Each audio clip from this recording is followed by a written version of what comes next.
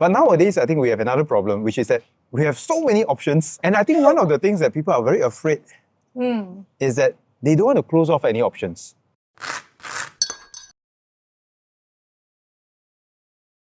Hello everyone, welcome to Breakfast with Champions. And today we have...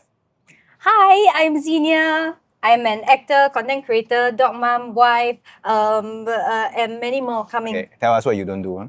Okay. A lot also. And we have... Hello, good morning everyone. My name is Jancey Chan. I'm a property agent with the largest real estate agency in Singapore. Okay, now we're going to get your whole life story out. Wow. Okay, you say that you didn't start off wanting to be in this industry. Yes. When you were young, what do you want to do? What was your aspirations? So as a kid, I either had many ambitions or in secondary school, I was very lost. I didn't have any. So it was through the, secondary school, we have CCAs, we have different subjects. Okay. Actually, those help me understand what I don't like so that when I grow up, I can figure out and narrow down what I like. So what was your first job My first job, after your school? I was a food writer. So Food I writer. review. Oh, you review food. Everybody Yes. gives you food to review. Yeah, so I scout hawker centers, restaurant, places with story. Okay, this is very interesting. How Yeah. did you become a food writer? Because you have been going to restaurants to eat and somebody introduced you to be a food writer, or you just apply one day and you became a food writer? No, I wanted to join a digital media company. And I was looking at the job application. As a fresh graduate, I don't have any skill set. But what I love most is food. So I felt see. like, okay, I can at least try to smoke through a bit during the interview, I which see. I did. Okay. So funny story, when I was a food writer, I was actually not a great writer. No, really. So Okay. after the 6 months internship, my boss actually offered me a full-time position, but not as an editor, not in the Okay. editorial team. Okay. And he said, if you are keen, you can try a new role. Nobody had this role before, which is a full-time talent. And my boss saw something in me, and I thanks see. to him. So you wasn't Yeah. planned at all. It wasn't planned at It was a all. bit of a detour, then suddenly... yeah. Oh, Yeah, so from there, I slowly I see. started to realize that, okay, maybe this is what they call passion, I right? see. What they call interest. Okay. Yeah. So you follow your heart, you follow your passion, and then now you took one step at a time to become who you are now. Yeah. Okay. I did. Yancy, Yes. surely in MOE's curriculum, at that point in time, there was no job spec called a property agent. So how did you become a property agent, and how many detours did you take to become who you are today? Oh, okay. That has to go back to probably 3 decades. 3 decades. 3 decades, but I will do a quick summary, right? So the first 10 years after my secondary school, when I finished that, I came out to work. So I wanted to gain experience. My first job, I was working as an admin assistant in a Japanese building maintenance company. So it was just a small setup with a Japanese boss, a local secretary, and myself. I learned from scratch how to do admin work, how to work in traditional MNC in an office environment. Right. Yeah. And then after that, my Japanese boss was very kind. I would say he's one of my benefactors. He told me, he said, Jancey, you're still very young. You should continue your study. Right. And I don't think you should stay here because you have already done well. You should just go out. So he kind of like kicked me out of the door, not retrenchment, but kicked me out of the door in a good sense. And I said that, okay, fine. So I went out. But I didn't jump into study immediately. So what I did was I continued to look for other jobs. So I worked in different companies, SMEs, because I tried MNC, right? So I went into SME, and then I worked with something more engineering related. So again, it's more like sales and marketing role. And then from there, I experienced different industry. That was about 10 years. Okay. Yeah. That and was then, the second 10 years. Yeah. Okay. Then the second 10 years was very crucial because it was a really life-changing event whereby I joined, a US MNC. They specialize in hygiene, sanitations, and food safety. So shortly, after joining them, the boss told me that, they're going to be restructuring, and your role is kind of like finished. But we welcome you to join us in the sales team. Would you be keen? We will train you. So Oh, it was I a very see. kind offer. So I jumped on it and said, yes, why not, right? I was very blessed. They put me into various training. Sales and marketing is one of them. But more critically, they sent me for training in food safety international program in Singapore. Okay. So, I became ServSafe certified, and that is, within the HACCP program. So I, became a trainer officially, and I went out to train my colleagues, train the trainer program, and I also went out to train my customers, employees. Okay, so from sales and marketing for chemical cleaning, how do you end up selling properties? Yes. Way before that, I jumped into headhunting, and then from headhunting, I went to HR. So all these skills that I've Is accumulated. there anything that you haven't tried? Yes, of course, definitely, right? Yeah, there's so many options out there. So because of my commercial background and my HR background, right, and understanding that the skill set I have, then I realized that, at the age of 50, I realized that, hey, I'm going to plan for my next phase of life, right? And what do I want? So I was thinking about, I want something more flexible. I want something that I can really determine and write a story. Flexible as in your time. Flexible, Okay. so I can because decide. of family commitments. Yeah, so I can decide when I want to work, when I want to rest. Right. Right? Okay. So things like that. This is very interesting. Both of you didn't start off doing or thinking about doing what you're doing now. Yes. Then you pivoted along the way, Yeah. right? And you pivoted more than once or twice. Okay, now I'm going to ask you a more difficult question. Okay, if you have to give some advice to our audience and say that, in life, this is the most important skill set for us to pivot and seize new opportunities. Because now life, you may not have everything planned out according to what you had imagined in the past, right? In your entire life's journey, what would you say one or two qualities that allow you to do what you have done? I think it's this stubbornness of mine. Stubbornness. Yeah, I'm not convinced that I'm not good at it. So how I got curious about acting and why I wanted to go to New York was because I was a host back then. So from food writer, I evolved into a host, and I had a great opportunity to be in a commercial where I had to act. But back then I did not know how to, and it was a horrible performance. I was embarrassed. But it was because of this stubbornness in me, I was very critical about myself and my performance, that I told myself, okay, I'm going to figure out what acting is about from scratch. Okay. And whether I like it or not. So you when didn't want to feel that I'm just bad at it. I don't want to be If convinced. you tell me I can't do this, I will try. Yes, correct. Just to prove you wrong. And if I try Or and to I at least to fail, prove to myself that I can do it. correct, Yeah. exactly. If Okay. I try and I fail, okay, I'll accept the answers. But Yeah, that's great. I'm a very unconvinced person. How about Jancey? Well, for me, I totally agree with Zillian, but I will not repeat that. One thing I feel for me is very strongly is about adaptability. Adaptability. The reason is because, from the experience that I just mentioned, right? Every industry is different. Every role is different. Circumstances were also very different. But I adapt myself. And I always imagine myself like water. You know the Bruce Lee quote, right? Be water. yeah. Be formless, be shapeless. So I was, I'm exactly like that even till today. Okay, you say that you are like water, then you have to fit into the different circumstances, right? Surely it's not so easy. Surely there'll be some pain of adjustment, some friction. How do you overcome that? Right. I mean, you may not fit in naturally, right? Precisely. So I use the principle of SARS. The first S is self-awareness. So I really have to, have self-discovery, have a conversation with myself to understand, what I truly want, right? And then from there, adaptability, as I mentioned. So I try to adjust and adapt. And then the next thing is resilient, like you say, right? Building the skill that is necessary to support that change. And thereafter, looking into, there's R, right? And then the last S would be self-confidence. So I have to build self-confidence because without the SARS, principle that I created for myself, I don't think I can be who I am today. Yeah. Right? And that I make it in a way whereby, it's tried and tested. Yeah. Yeah. So it works for me. Okay. Then can I ask Jancey a question? Sure. Yeah.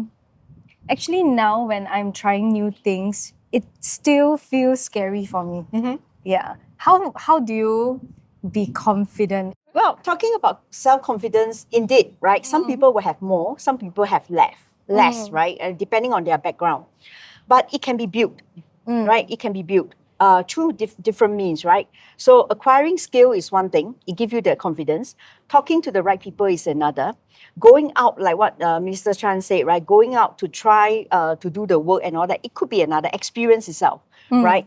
So what I find useful for me, at least for me, is the self-talk. I like to have the internal narratives. I like to, first of all, convince myself, right? Talk it through. Why am I doing this? It may sound scary. Sometimes I talk to myself in the mirror. I talk to myself in the mirror, especially early in the morning, because that is where you psych yourself up. You know, you play rugby, right? Yes. You know, you play sports, right? Yes. So it's like, you know, in the changing room, Yeah. that kind of energy, that kind of spirit that you want before you go to the field. Like a right? pep talk. Yes, correct, Yes. precisely. So I did that. So, and I practice it and I find that it's really working for me.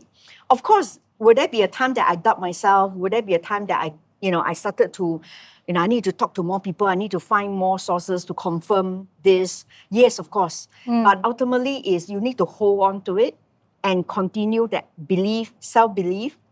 Self-confidence can also mean self-belief, right? And then walk that path with confidence. So it takes a bit of practice.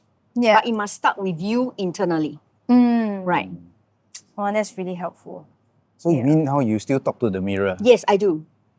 I do. You impressed. can try that. It's very useful, really. It's actually a proven technique, Yeah. Yes, because recently my husband, Sean, he actually pointed out some words that we tell ourselves might not be good. So, for example, if I make a mistake or I forgot something, I'll be like, I'm so dumb, for example. And then he was like, the more you use it, the more your body, your mind will believe it. Yeah. Yeah, so always use good words. Right. Which So instead I of think, saying like, you are dumb, you Yeah. can say, I can be better. Was there something from young till now that you say that, I wanted to do this, I tried. Then you decided, okay, I can't do it, I'll just move on. actually, even going to New York, I feel like on the outside, when people hear my story, it's very brave. But when I was in New York, I was going through what young people nowadays would call a canon event. Oh. Yeah, an event that really would change my perspective about my life and my dreams. I think I went there as a very naive girl, thinking that, okay, once I finish my acting course, I'll be an actress. Yeah, but the reality is not that. I think what I can learn there is theory, and many great actors that we have locally, they have been through years of training, years of experience. And that was something I did not consider. Yeah, so when I was back in Singapore after my course, it was not easy transitioning. Maybe from the outside it looks easy, but I think for us, the duration would have been a lot longer. Okay. It was not easy, and I had to learn to audition. And whatever that I learned from New York, that was just theory. Okay. The You pretty much practical- started all over again. Yeah, like the Okay. practical part, you really have to be on set. You really have to fail auditions. You have to hear it from people that like, I don't think you're ready for this. I see. And from there, you adjust yourself, you adapt, right? And then you pick up new skills, you observe again, and then you do all the unlearning and relearning all over again. Yeah. How about Jancey? Would there be an episode where you recall as, wow, I really failed, but you learned something from it? Yes, of course, of course. Over the period of time, I realized that, I finished O-level and I came up to the workforce, and, after working for a few years, and that is not enough. So I thought that, I should really upgrade myself, upskilling. And I went on to take a diploma in sales and marketing, and, to further gain knowledge, and also to build confidence in that sense. So along the way, I was working. So, one of the challenges is, of course, work-life balance, because I have to work full-time, study part-time, and manage, life as well, as a growing adult, right? Yeah. And thereafter, many years later, I thought that, hey, diploma in sales and marketing maybe is still not adequate. So I decided to upgrade myself again and went on to take a degree in Bachelor of Commerce in Marketing and Management with Curtin University. So again, it was part-time studies, full-time work. So all these years, those years is all about managing a balance, strike a balance. So at some point, because of the work demand, because of the studies demand, family demands as well, and also I have high expectations of myself, I tend to stress out in that sense. So, I thought that, hey, maybe, I couldn't finish my degree, right? But fortunately, I have very strong support, family support around me. And I have a very caring partner that also study with me. And then we help each other. You copy each other homework? No, not copy each other homework. But rather we learn together, right? We learn together and then we try to, be smart about it, right? So how I apply my experience towards studies. So that was very much about it. And then thereafter, I continued to take postgraduate diploma in HR because I need to jumpstart my HR career, right? So I needed that. And so on and so forth. Yeah. Actually, I agree. I feel like the support around you when you're picking up a new skill set or you're upgrading yourself is very important because I think that itself takes a lot of courage out of someone to do it. Whether you just graduated or you're having a mid-career switch. Yeah, so I also had that support from my parents, although they don't quite understand, you go New York for what? Yeah, they might not understand, but like when they learn technology and use WhatsApp voice call to ask me whether I'm okay and check in with me, I think I really feel that support and that really helped me through my time in New York. Yeah. So it really epitomized, the saying that we have never really failed until we stop trying. Because, so long as you keep trying, you keep discovering new things, right? Yeah. But I like the point about, the family support. I think today we are much more fortunate compared to the past. In the past, we only call home once a year when you're overseas, and then you have to queue up at the public phone booth and must arrange beforehand. Right, not the sending telegram era, right? But last time was when you go overseas, you really go overseas because you don't come back until maybe 1 or 2 years later, or if not longer, right? And it's very difficult and very expensive also to make phone calls home. Okay, now that you all have seen so much and you're still seeing a lot of things, now I'm going to ask you all to imagine a bit. Supposing now you're talking to yourself, 15-year-old self, okay? What advice would you give to your 15-year-old self if you imagine she starting all over again at 15-year-old? I think for me, I will first of all thank myself back then, and say thank you, for being who you are. I think authenticity is important, right? And, I wouldn't say that, will I change anything now, right? I think I will still do very much the same. But what I recognize is that back then, if I was 15 years old, I might, do a couple of things like including expanding my network a bit more, have more friends. Make more friends. Yeah, make more friends. Back then, I was a bit, how should I say, not so smart lah. I was like very you're smart in other ways. Everybody is smart in some different ways. Maybe street smart, but not very smart in studying, right? Yeah, I'm not a bookworm, that kind of thing. So, if I were to turn back the clock, probably that is one area I would do. Okay, Zena. I think for me would be try everything. Because I think back then, when I was 15, I was very narrow-minded also. If I really like something, I only go for that. Right. But I have friends who have different interests, whether it's outside of school or like CCA. Or I think back then we had a lot of like career conventions, which was uncool for me back then as a 15-year-old to go to. As in you didn't attend any of this? Yeah. Oh, and I wish I had. Then I would understand my impression of the job versus the actual job scope of each job. Yeah, that was something I only saw when I started an internship. Yeah, at 23, 24. Okay. Yeah. So that's very important because when I have conversations with many young people, I think this is one of the challenges that today many people have, which is that it's very hard to make up their mind what they want to do. Yeah. In the past, the problem was we have very few options. Yeah. So we don't have as many options as the current generation. And because of that, we just go and do whatever that comes along. And then we develop a passion along the way. Yeah. Right? We may or may not have chosen that particular path. Yeah. But nowadays, I think we have another problem, which is that we have so many options, Yeah. bewildering number of options. What and is my passion? then you figure out.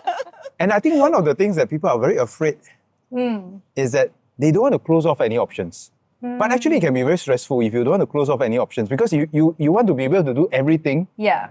Then Actually, you it's can't quite stressful. Start, Then yeah. you can't really start. Stop. You start, stop, right? Yes. And you're always wondering, hey, have I made the right choice?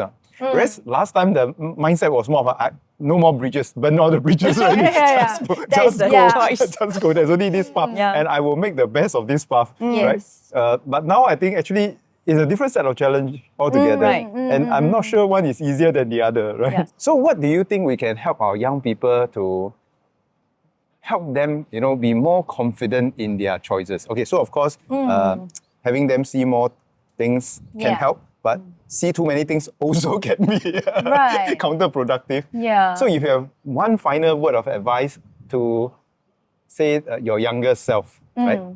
That yes, the world has changed. There are now so many choices. Yeah. What will you tell your younger self in helping them make that choice, if at all? I think now definitely there are more information out there. For example, this kind of talk, right, is great. You can hear from people with experiences. I would say it would be great if we can blend the older generation's way of doing and the younger generation's way choice way. of thinking. So if you have many passion, try one first. Right. And it's only by doing, only by working, then you will learn more in depth about yourself and not just about the job.